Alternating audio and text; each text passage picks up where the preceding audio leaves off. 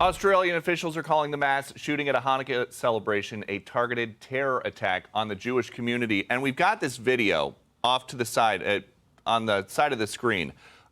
This is the moment that a man who, according to Sky News, is a 43-year-old fruit vendor named Ahmed Al-Ahmed, disarmed one of the terrorists, at least for a little while. And you can see in this video, he just goes up there unarmed. His cousin, who spoke to 7 News in Australia, says that Mr. Ahmed had no experience with firearms. He just ran up there, tackles the terrorist, takes the gun, points the gun at him before dropping it. This man, this hero bystander, was apparently shot twice. He is now in the hospital. We don't know his condition, but we are trying to find out.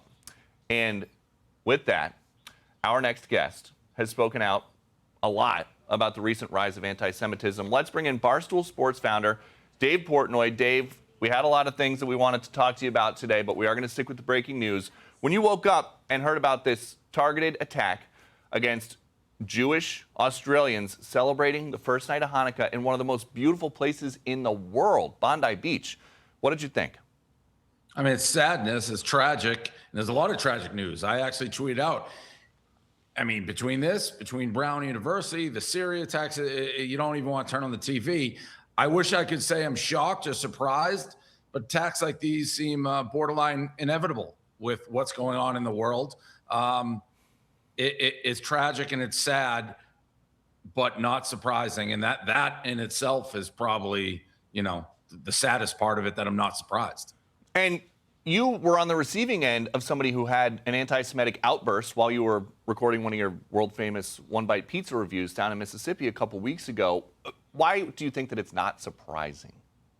Well, because I see, people are being anti-Semitic just openly, and there doesn't seem to be a whole heck of a lot of pushback. There seems to be a lot of excuses for it. If Jews anti-Semitic attacks, whatever, Jews deserved it. If Jews retaliate, it's the Jews' fault. No matter what it is, it's the Jews' fault. So that is the world we live in right now. And people want to make excuses or say, minimize it.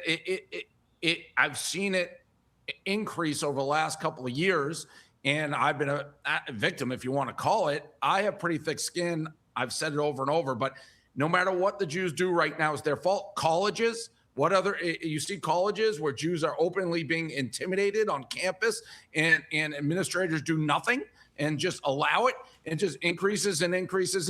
We got a guy, one of the biggest scumbags of all time, this kid Mo Khan, who went into a bar I owned and had a sign, F the Jews, and people make like a hero out of him. The kid who threw pennies at me and screamed at me anti-Semitic stuff got $40,000, $50,000 in a fundraiser. There's online bloggers, people who are openly saying radically like anti-Semitic stuff and being accepted as part of the mainstream. So does this shock me? No, it's inevitable. You have a a mayor now in New York City who refuses to, say that globalized infidelity is bad. So, I mean, if it just keeps building and building and building, things like this happen. So no, it doesn't surprise me. What has to happen in my mind is normal, rational thinking people all have to show support and be like, enough. Like, if you're going around praising Hitler like some UFC fighter and the crowd is cheering him, you have a real problem. So the normal people, who I still think there's a lot of them, have to loudly, just like if it was a different race or gender, be like, what are we doing? You're a jerk. You're a piece of crap. We're going to alienate you and punish you for these views and push it back into the corners where it belongs. And all great points. It seems like that has not happened. That does seem like the common sense thing. Do you get a sense that social media has been, not to minimize, we know that everybody has a phone and everybody has a platform now, but did something change where young people think it's cool to make anti-Semitic comments? Like, I don't mean to go too far back, especially considering everything that's happened recently, but what do you think what was the spark?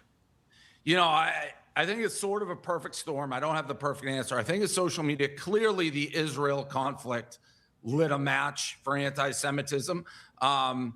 And there's an overall feeling before that, I think, like the colonizers are bad, right? And Israel is viewed as that. Then you have, they get attacked, they respond, and it's a brutal war. And this is probably exactly what Hamas wanted. Like when they attacked Israel, they knew there would be a strong response, but then you can play public opinion. And I think it matters with social media. I think some of these people who say these ridiculous things, if you open up their books, their financial records, you see they're being paid. So it's a combo. It's a war. The truth is being lost of really what happens in a lot of these areas. But it again, Jews get attacked by Hamas.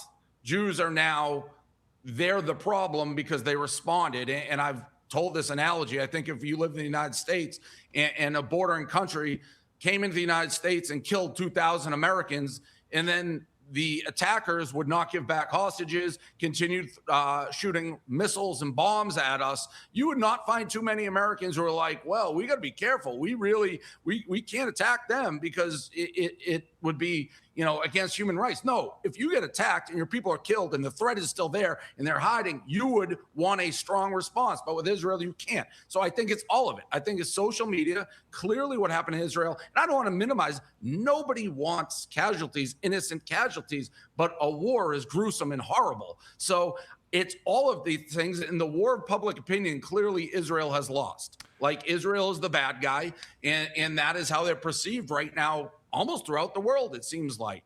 And my last question, as a Jewish American, a very famous Jewish American, based on everything that you just said, do you feel safe walking around in public right now? I certainly don't feel as safe as I used to. I do feel safe, but not nearly as safe. I mean, I've hired security to watch the house. I'm clearly a target. I'm clearly outspoken. And to be honest, for a lot of Jews, I think the easier thing to do is just be quiet and not put yourself in the scrutiny of the public eye. Like my social media and people, again, if you followed my career, I never complain about threats or things that are said to me. A lot of people do. They get one or two, they do it. Every single day, I would say I get 30 to 50, kill yourself, Jew, you should die, Jew, antis, every single day.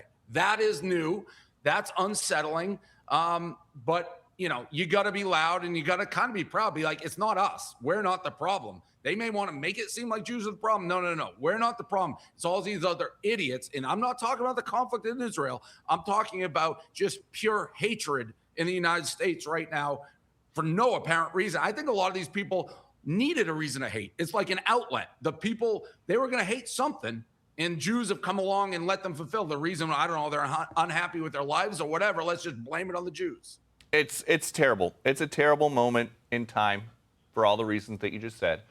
But we really appreciate you being here, Dave, and we will have you back. You are the first, I will point out to our audience, you are the first repeat guest on this show. Oh, I appreciate it. And another thing, I thought I was talking Michigan football. People always think Dave rushes out whenever something happens to Jews.